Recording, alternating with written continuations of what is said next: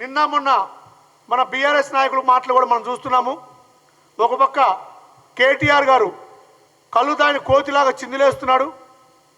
మరోపక్క హరీష్ రావు గారు మాట్లాడుతూ అధికారం మాదే, 20 నెలల్లో 20% 20 పైసల అభివృద్ధి కూడా జరగలేదు అంటున్నారు. ఇంకా కవితమ్మ ఏదో మాట్లాడుతుంది. ఫ్లైట్ మోడ్లో ఉన్నాడు ముఖ్యమంత్రి గారు. ఎన్నిసార్లు ఢిల్లీ పోతాడు? ఢిల్లీ పోతాం, బరాబరు పోతాం. ఇప్పటికి 50 సార్లు పోయాం, ఇంకొక 100 సార్లు పోతాం.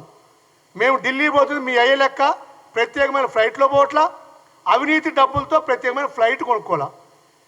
సామాన్య ప్రజల్లాగానే ఈరోజు ముఖ్యమంత్రి గారు ఒక ప్రయాణికుల్లాగా సామాన్య ప్రయాణికులు ఢిల్లీ వెళ్తున్నాడు. ఈ తెలంగాణ రాష్ట్రానికి రావాల్సిన నిధులు మా వాటా మోడీతో కొట్లాడి తెచ్చుకుంటే ప్రయత్నాలు చేస్తున్నాడు. మీ లెక్క అలిగి ఇంట్లో కూర్చోట్లా, అవసరానికి పోవట్లా.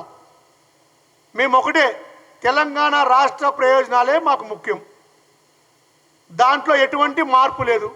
మా ముఖ్యమంత్రి గారు అదే నిర్ణయంతో ఎన్నిసార్లైనా ఢిల్లీ పోతాడు, ఎన్నిసార్లైనా సరే కేంద్ర మంత్రులు కలుస్తాం, మా వినతి పత్రాలు ఇస్తాం.